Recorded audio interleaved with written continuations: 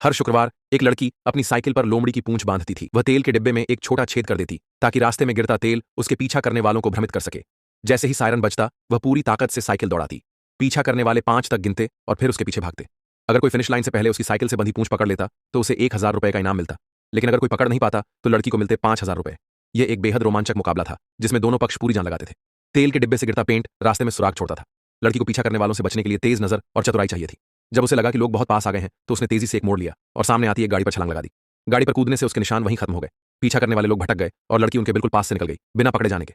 जब सारे लोग दूर चले गए लड़की गाड़ी से कूदी और तेजी से दूसरे इलाके में चली गई। वह बहुत खुश हुई। अब वह फिनिश लाइन के करीब थी। तभी उसने एक आदमी देखा। वह उसके लापता पिता जैसा दिखता था।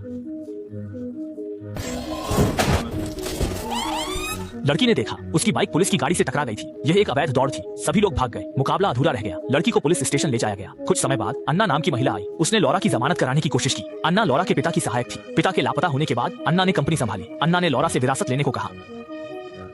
अन्ना ने कहा कि इससे लौरा को इन बेवकूफी भरी प्रतियोगिताओं में नहीं जाना पड़ेगा, लेकिन लौरा ने विरासत लेने से इनकार कर दिया। उसे पिता के मृत्यु प्रमाण पत्र पर हस्ताक्षर करने थे। ऐसा करने से उनके लापता होने को मौत मान लिया जाएगा, जो वह नहीं चाहती थी। 7 साल हो चुके थे और उसे अब तक कोई सुराग नहीं मिला था।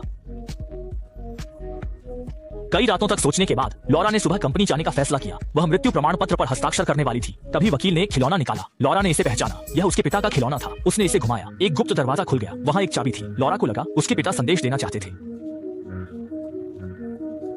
लौरा तुरंत कंपनी से बाहर आई। वह अपने पिता की हवेली पहुंची। उसने देखा कि पिता की कब्र पर एक छोटा ताला था। लौरा ने चाबी निकाली और ताले में डाली। ताला खुलते ही बगल में एक बड़ा दरवाजा खुल गया। उत्सुक होकर लौरा अंदर गई। वहां उसने अपने पिता का काम का कमरा देखा। कमरे में कई चीजें थीं जिन्हें वह समझ नहीं पा रही थी।